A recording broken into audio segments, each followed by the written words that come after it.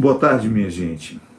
Hoje, dia de Natal, esse dia que é tão especial para nós cristãos, passando só para estar com vocês, nós que estivemos durante todo o ano, nos nossos muitos encontros, nas nossas muitas oportunidades que tivemos de estar juntos, pensando sobre o significado da nossa vida cristã, tudo aquilo que nos envolve, tudo aquilo que nos diz respeito, quando nós nos pensamos a partir da fé. É muito interessante a gente ter consciência disso, né? É muito bom ter consciência. Eu sou aquilo que acredito. Por isso eu preciso conhecer aquilo que eu acredito, para haver uma coerência entre aquilo que eu digo acreditar com aquilo que eu vivo. Nós somos cristãos e um elemento muito forte na fé cristã, que é muito presente também nas outras religiões, está expresso no dia de hoje, no significado do Natal. Natal é uma festa que nós simbolicamente colocamos no tempo, né? Essa festa era a festa das colheitas para os pagãos.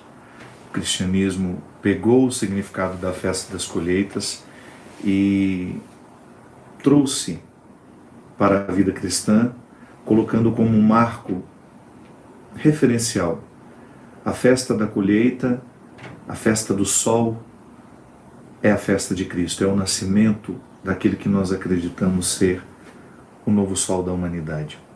Por que novo sol? Porque nos ilumina, porque nos traz calor, aquece, mas sobretudo nos orienta, nos esclarece. Eu acho muito interessante o significado do cristianismo a partir do Natal, e é importante a gente pensar a articulação que existe, né? Porque às vezes a gente celebra todo ano o Natal, a gente tem os rituais que já fazem parte da nossa vida, a gente se encontra, a gente dá presente. Mas o que essencialmente quer dizer o Natal para nós? Natal é o nascimento de uma criança divina. Foi o momento que Deus entrou na história, um marco histórico, a presença de Jesus no mundo. E a partir do momento que ele entra no mundo, ele começa a viver como nós vivemos, como eu posso viver, como você pode viver. A presença de Jesus no mundo foi uma presença comum, como todos nós podemos ter no nosso dia a dia, a nossa rotina. Jesus tinha uma rotina simples, porque às vezes a gente pensa, né, Jesus tinha uma vida extraordinária. Não. Jesus tinha uma vida simples. Vivia como nós vivemos. Só que ele foi crescendo na consciência de quem ele era, e de acordo com o testemunho que nós temos das Sagradas Escrituras, Jesus fez da sua vida inteira uma vida de doação ao outro, uma vida de serviço, porque estava na sua essência, na sua verdade, fazia parte da sua missão revelar-nos o Pai. Aquilo que na teologia nós chamamos de trindade imanente. Isso é aquela parte da trindade que nos visita, que é acessível, que pode ser tocada, que pode ser encontrada. E durante 33 anos, essa parte, essa terceira pessoa imanente, isso é, Deus presente, pode ser encontrada, pode ser vista, pode ser olhada, pode ser ouvida. As pessoas viram Jesus viver. As pessoas acompanharam Jesus viver. E a vida dele, nós que somos cristãos conhecemos bem. Os que não são cristãos já conhecem muitas passagens, muitas palavras de Jesus que se tornaram muito conhecidas. Mas o que eu gostaria de salientar hoje é que o nascimento dessa criança é tão cheio de significados, porque o que tem a ver o nascimento de Jesus com a minha vida cristã? Tem a ver que aqui está a conexão do meu batismo. Quando eu fui batizado, eu recebi o desafio de ser Jesus de novo. Olha, que desafio, né? Então, quando eu fui batizado, Deus me deu a oportunidade, pelas graças sacramentais e pelo auxílio da graça divina, porque o ser humano é tão frágil, ele é tão incapaz por ele mesmo de fazer um gesto de bondade. Tudo aquilo que é bom em nós já é a manifestação do divino que nos habita. Não é retirar o nosso protagonismo como pessoa, não. Pelo contrário, é salientar que o seu protagonismo como pessoa é sagrado. Você não é um ser por acaso. Você é um ser divino. Você não é banal. Você é divino. E pensar a dimensão sagrada do humano que nos dá o batismo é você pensar que você então tem agora o essencial para você transformar a sua vida no eterno Natal. Isto é, Deus vai nascer em mim todos os dias. Todos os dias, quando o sol surpreender a minha casa e iluminar o meu quarto, nasce para mim uma feliz oportunidade de ser Jesus de novo. Aí a gente pensa que o batismo, quando nós recebemos, tanto é que a gente nem tem consciência daquilo, a não ser que você tenha sido batizado adulto, mas quando você foi batizado, alguém assumiu por você as responsabilidades que a igreja espera que a gente tenha como batizado. Alguém, os seus padrinhos, os seus pais, receberam por você essa responsabilidade. O fundinho ali está feio, não está? O mais importante é o que a gente está conversando. Os seus pais assumiram por você. Então, diante da pia batismal, alguém disse: esse menino, essa menina, nós vamos cuidar para que ele seja essencialmente cristão. Ali nós recebemos o desafio. Mas como a gente sabe que o desafio cristão, ele não vem pronto, ele é manufaturado diariamente, né? Eu recebi o batismo, mas o meu batismo, para produzir frutos, eu preciso agir, eu preciso rezar, eu preciso viver. A semente que eu recebi, que me torna sagrado, que me torna divino, precisa ser cultivada para ela ser florescida e para ela frutificar depois. Portanto, mãos à obra. Eu tenho diante de mim um enorme desafio de ser cristão. Aí eu me lembro que o cristianismo consiste num desafio diário de oferecer a Deus os limites do meu corpo, as possibilidades do meu corpo, para que Ele seja em mim e através de mim. É muito corajoso celebrar o Natal, aceitar a festa do Natal como uma mística de vida. É extremamente corajoso, porque eu estou assumindo o compromisso de ser Deus por onde eu vou, ser a presença de Jesus por onde eu vou. Você pode falar assim: nossa, mas isso parece tão herético, não é? Parece mesmo. É quase herético. O que o cristianismo propõe aos olhos de muito é quase uma heresia. É a gente dizer que nós somos Deus de novo, presente no mundo, agindo. Que quando nós assumimos a essência do Natal, quando nós assumimos a essência do cristianismo na nossa vida, nós nos transformamos em Jesus. E com as características de cada um, que é mais interessante. Jesus tem uma forma de estar no mundo a partir das minhas características, das minhas qualidades e dos meus defeitos.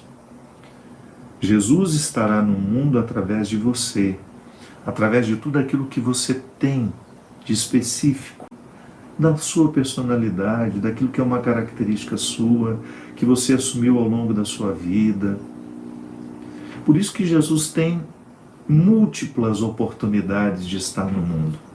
E por isso que seria um crime nós queremos que todos os cristãos sejam iguais. Não. A gente pede as mesmas virtudes, mas nós vamos exercer essas virtudes de acordo com o específico das nossas personalidades. Então há pessoas que terão mais facilidade com a paciência, há pessoas que terão mais facilidade com a generosidade. A generosidade e a paciência são valores cristãos pedidos a todos nós. Mas você vai ter uma forma específica de ser paciente. Um jeito só seu.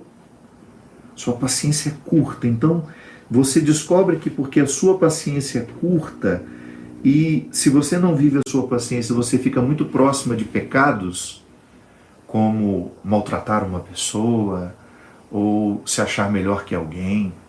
Quando a paciência da gente se esgota, a gente fala, a gente fere as pessoas com as nossas palavras, a gente machuca o outro com os nossos gestos. Então você cuida. Cuida para que a paciência que é tão curta em você se estenda um pouco mais. Por meio da oração, por meio da reflexão, por meio da prática. É assim que a gente exercita as virtudes. Há pessoas que são mais pacientes, naturalmente pacientes. Desenvolveram uma alma mais paciente. Foram favorecidas, né? A nossa criação diz tanto sobre nós. Às vezes uma pessoa tem tantas dificuldades hoje de ser paciente, mas onde é que está o problema dela?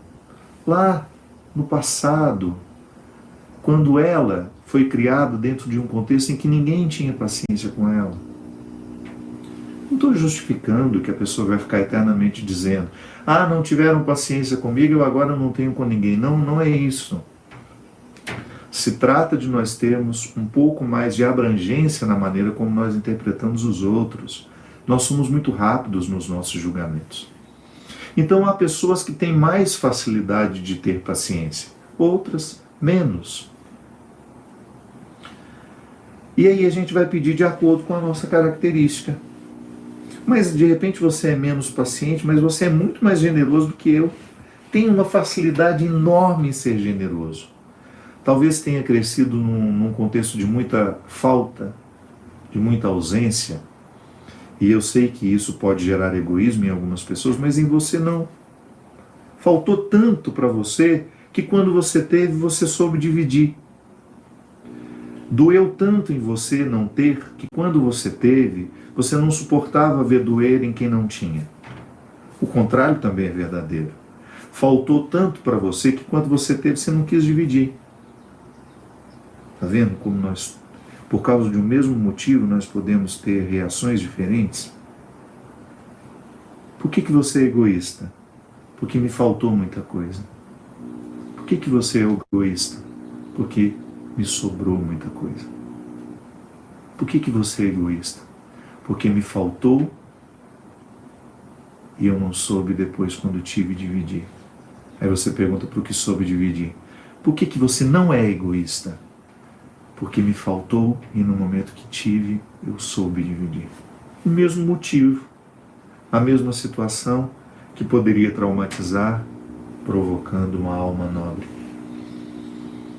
Então, Deus nos pede a vivência das virtudes, a todos.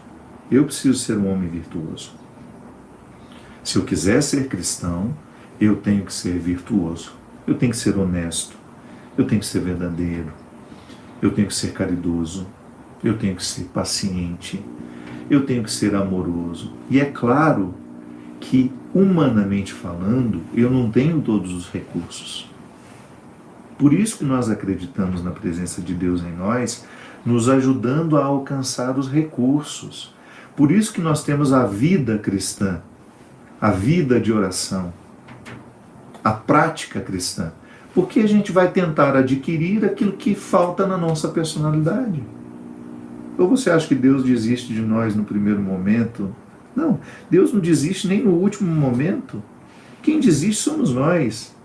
Eu costumo desistir de você, você costuma desistir de mim, mas Deus não desiste de nós nunca. O que nós precisamos fazer é, nessa busca diária, tentar reencontrar ou encontrar, para quem nunca encontrou, né? Às vezes a gente fala reencontrar e dá a impressão de que todos já encontraram. E às vezes existem pessoas que não encontraram ainda.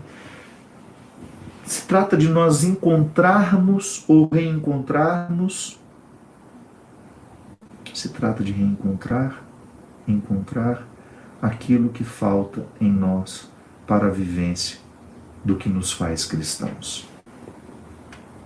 O Natal é uma festa essencialmente cristã. É muito difícil viver o Natal na solidão, no egoísmo. Pode observar, nessa época nós somos mais estimulados a viver um pouco mais na percepção do que o outro está sofrendo. O Natal deixa a gente mais à flor da pele, a gente fica mais amoroso, parece que a gente sente até mais saudade do outro. Por quê? Porque o espírito do Natal é esse. É a gente se recordando das virtudes que nós precisamos ter. Todos os dias nós deveríamos viver o Natal. Por que a festa chega a ficar até um pouco cansativa para nós? Pelo tanto que a gente se cumprimenta, pelo tanto que a gente deseja. Mas tudo num espaço de 2 dias. A gente deveria estender esses cumprimentos ao longo do ano. De vez em quando a gente deveria mandar um para o outro. Feliz Natal hoje para você, não é 25 de dezembro. Mas hoje o mundo pede de nós, católicos, cristãos ou evangélicos, pede de nós o espírito natalino. Hoje o mundo solicita de nós a vida natalina.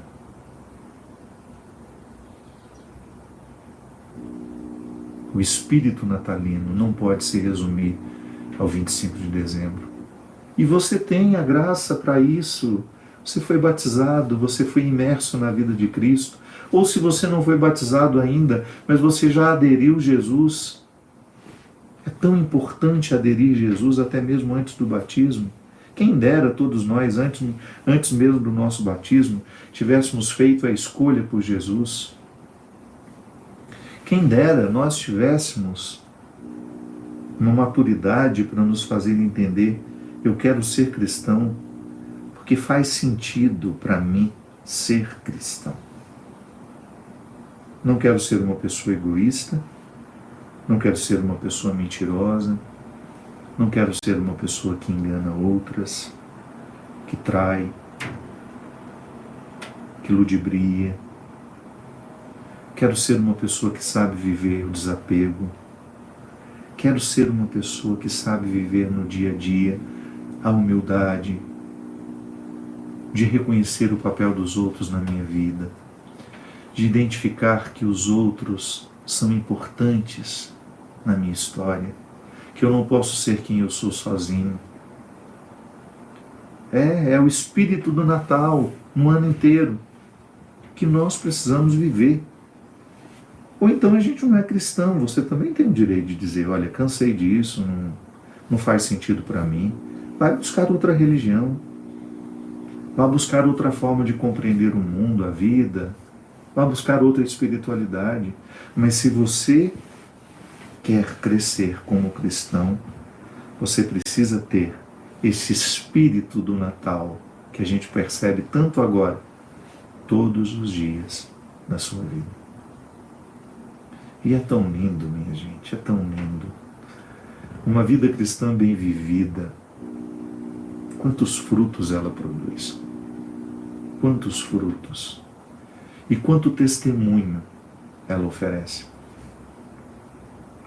Eu estava falando, acho que na semana passada, de como o testemunho cristão do padre Júlio Lancelotti me comove. Muitas pessoas quiseram desqualificar o que ele faz. E é tão natural isso, porque o cristão é perseguido mesmo. Eu nem prestei atenção em quem queria desqualificá-lo, porque eu já conheço há anos. Não conheço o padre Júlio Lancelotti de agora. E olha que eu nem convivo com ele. Temos contato. Até disse para ele que quero muito estar com ele, depois que passar toda essa confusão. Mas eu conheço o Padre Júlio Lancelotti do tempo que eu era seminarista e ele trabalhava aqui em Taubaté. Ele era o responsável, eu acho que no estado de São Paulo todo, pela pastoral carcerária. Esse homem sempre escolheu estar onde nós não gostamos de estar. Então, o cristianismo do Padre Júlio é tão espontâneo, é tão natural. Um homem que pertence ao grupo de risco poderia muito bem dizer: eu não vou ficar aqui com os pobres dessa vez, me desculpem, vou deixar aqui as pessoas responsáveis, vou deixar alguém para cuidar de vocês. Depois que tudo isso passar eu volto. Não.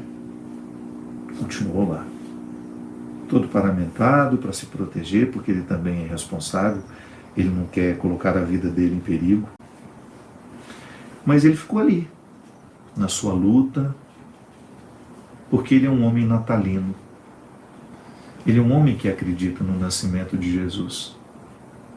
Ele é um homem que acredita que o nascimento de Jesus impôs a ele algumas responsabilidades depois que ele o assumiu como vida, como proposta de vida.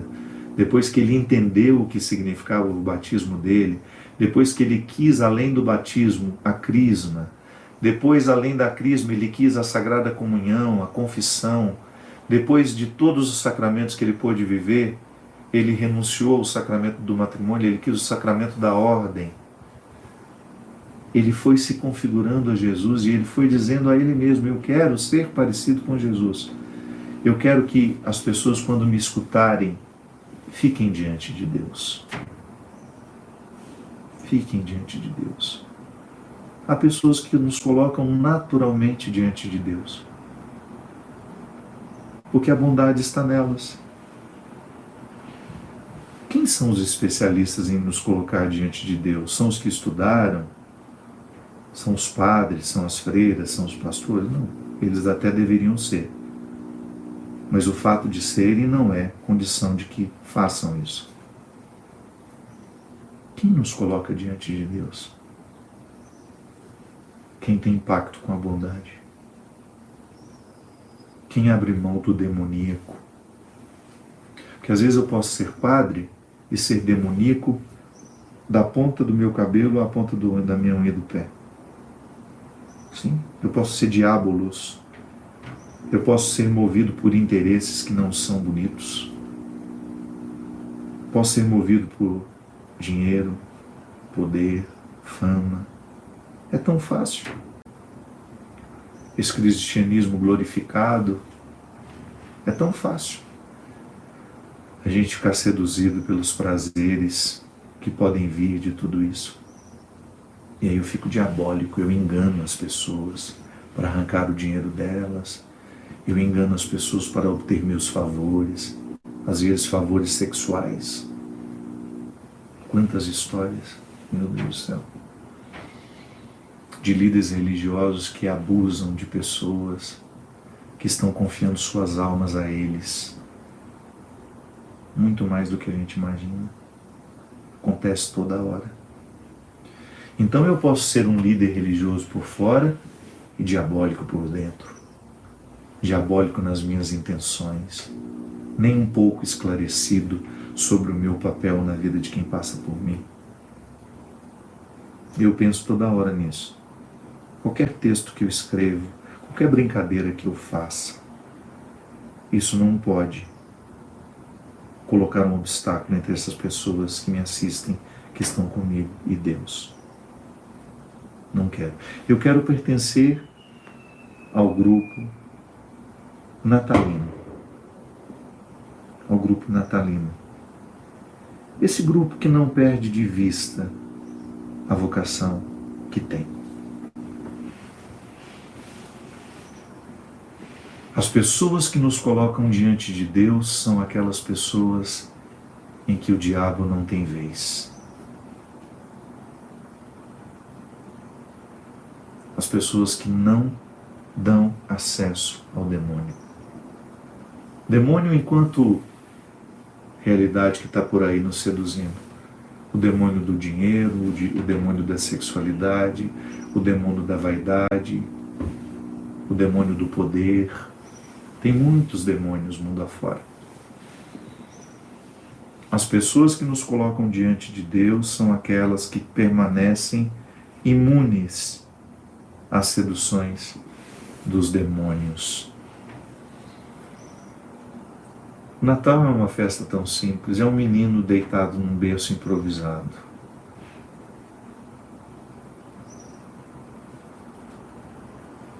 É uma festa que nos mostra um nascimento todo improvisado. Um nascimento improvisado, improvisado, improvisado. E com as companhias mais aleatórias, né? Um burro, uma vaquinha, e aí você imagina o seu presépio. Deus nasceu pobre, escolheu ser pobre e morreu bandido, na condição de bandido, não bandido. Morreu na condição de bandido. Da manjedoura ao Calvário há uma proposta de vida. Em nenhum momento Jesus sentou-se com os poderosos. Em nenhum momento Jesus fez pacto com aqueles que destruíam o seu povo. Em nenhum momento Jesus fez pacto com os religiosos que extorquiam a fé das pessoas. Em nenhum momento Jesus fez pacto com as pessoas que enganavam as outras por meio da religião. Da manjedoura ao Calvário, um itinerário absolutamente desconcertante. Jesus fazendo questão de encontrar os que não estavam no caminho, fazendo questão de reintegrar os que nós não queremos ter por perto, amar os que nós não amamos com facilidade, ficando amigo de quem a gente deixaria do outro lado da porta.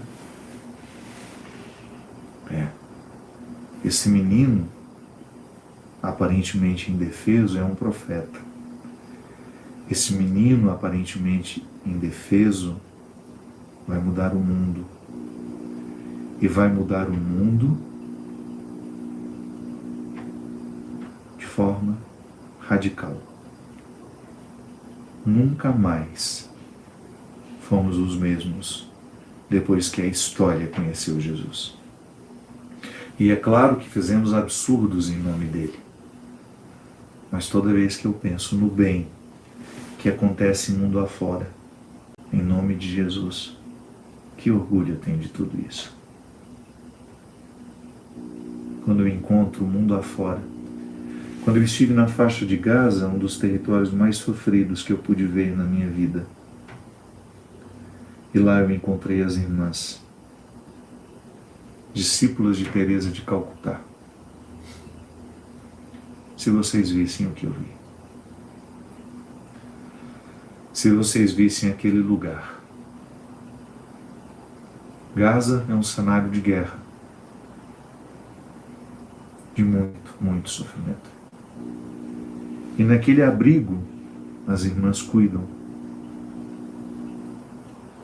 dos filhos de muçulmanos e cristãos que são abandonados ali nas suas portas porque são defeituosos.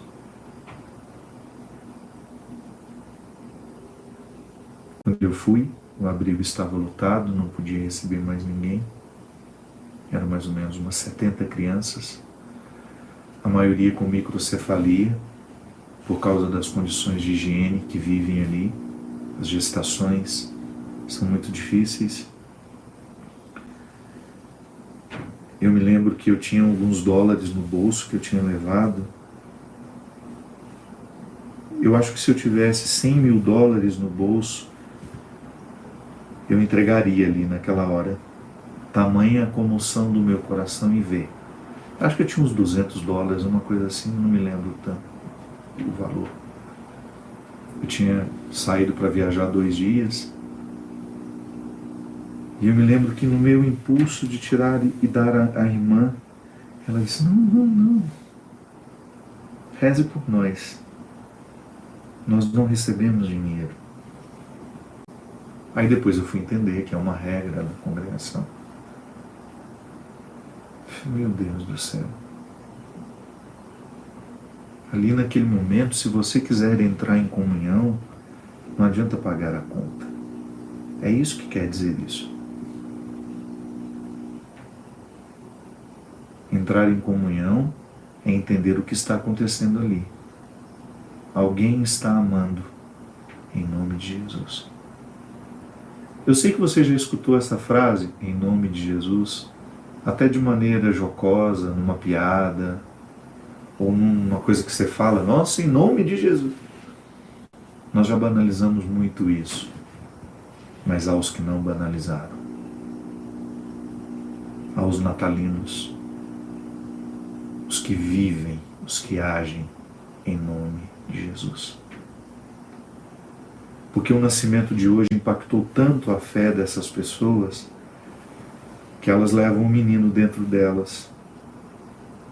Um menino que depois cresceu, virou profeta, disse coisas incômodas à sociedade do seu tempo, desafiou o poder religioso, o poder político, foi extremamente indigesto aos líderes religiosos de sua época. Esse menino cresceu, esse menino que nasceu dia 25 de dezembro, no simbólico dessa data, festa das colheitas, dia do Rei Sol. Esse menino, quando cresce dentro de nós, nós nos transformamos em pessoas não admiráveis só, que dá a impressão que é vaidoso, né? O que Deus faz com a gente. Não. Saia dessa perspectiva. Quando esse menino que nasce 25 de dezembro cresce dentro de nós nos transformamos em pessoas inesquecíveis. Nunca nos esquecemos de alguém que nos colocou diante de Deus. Nunca. No momento da nossa dor, aquela pessoa nos sustentou com a sua palavra. No momento do nosso desespero, aquela pessoa nos levantou com o seu gesto. No momento da nossa ignorância que nos fazia sofrer tanto, aquela pessoa entrou dentro de nós, nos ajudando a limpar a ignorância e pensar de um jeito novo. Metanoia. Transformação da mentalidade. Nunca esquecemos, nunca mais poderemos esquecer uma pessoa que fez isso por nós. Que nos amou quando não merecíamos ser amados, que nos levantou quando não sabíamos andar sozinhos, que nos fez pensar de um jeito diferente quando a ignorância nos prendia tanto aquele solo de destruição. É a forma mais simples de entender o Natal. Celebra-se verdadeiramente o Natal quem assume o desafio de ser Jesus de novo, pela vida, na oportunidade de ser quem somos, de postar o que postamos, de falar o que falamos, de promover o que promovemos. Ser Jesus de novo na amizade, no casamento, na filiação, no trabalho que você exerce. Ser Jesus de novo em toda e qualquer oportunidade que você tem de ser quem você é.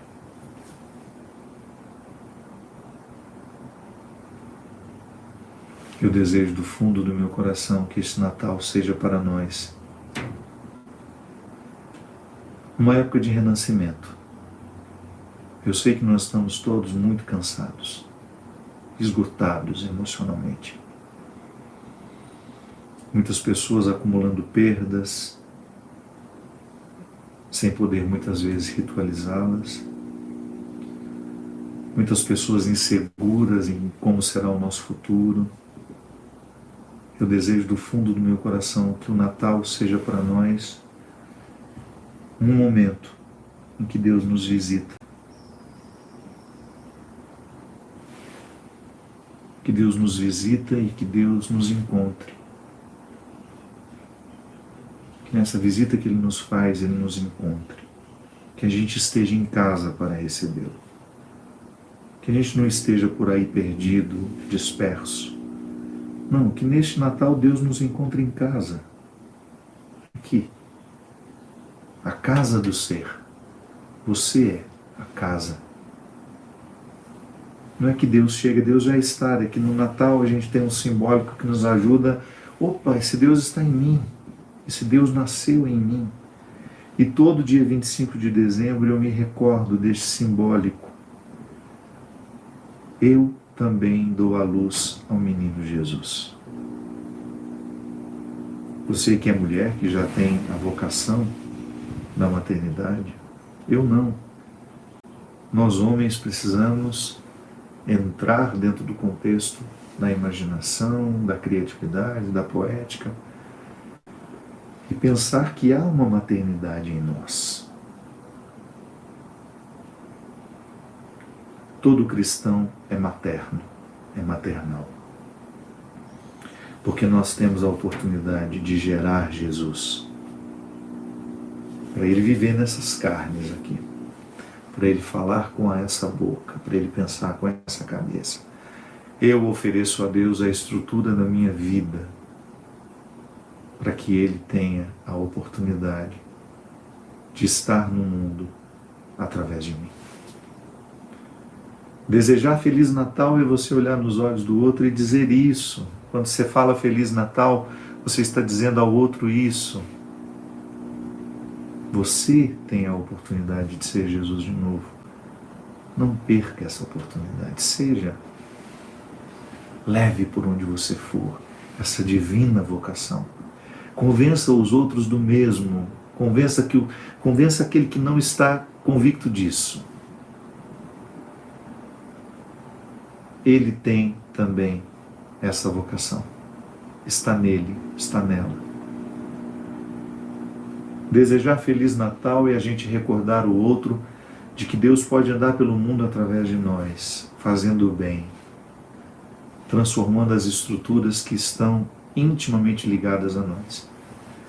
Lembra que eu dizia no início da nossa conversa que Deus vai fazer no mundo através da nossa personalidade, através do nosso jeito de ser, que você tem um jeito único de ser Jesus, que você tem uma forma específica de ser Jesus no mundo, sendo você, que Deus tem uma forma única de estar presente no mundo através da sua vida, através da sua idiosincrasia, através da sua personalidade.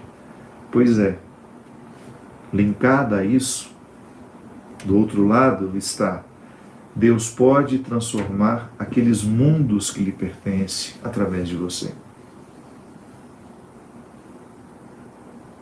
Não queira transformar o mundo sem antes ter transformado os seus mundos. Não caia nessa tentação, nessa ilusão, nesses pensamentos, até bonitos, que nos fazem querer transformar todas as estruturas do mundo, mas no fundo fica uma indisposição de lidar com aquelas estruturas que nós podemos transformar. Particularize o que Deus quer de você. Ofereça a Deus a oportunidade de transformar o seu mundo, o seu local, a sua estrutura, essa parte que lhe cabe, estes metros quadrados que lhe dizem respeito. Feliz Natal para você. Feliz Natal para você. Aceite o desafio lindo que existe neste Feliz Natal. Feliz renascimento. Feliz convicção de que Jesus está em você e que hoje você pode levá-lo mundo afora. Feliz Natal. Por trás deste Feliz Natal, eu estou lhe recordando de tudo aquilo que é sagrado na sua vida. Que às vezes você fica esquecido, mas que a festa do Natal nos ajuda a lembrar. Muito obrigado. Que essa semana seja de reflexão, de mudanças, de novas perspectivas. Este intervalo entre Natal e Ano Novo, ele pode ser muito fecundo para nós. Não criando metas que a gente não vai nem poder viver, mas quem sabe trazendo mais para perto esse mundo que nós queremos transformar, que está tão ao nosso alcance, quando a gente assim percebe, quando a gente particulariza, quando você sai da configuração extensa demais e você particulariza. O mundo que eu posso transformar está aqui, diante de mim, e tem nome, é a minha vida. Derrame sobre nós a bênção e a proteção do céu, do Deus Todo-Poderoso, Pai, Filho e Espírito Santo. Amém. Obrigado pela sua companhia, desculpe o improviso. Eu não estava programando de fazer, mas de repente senti um desejo no meu coração e vocês vieram. Muito obrigado.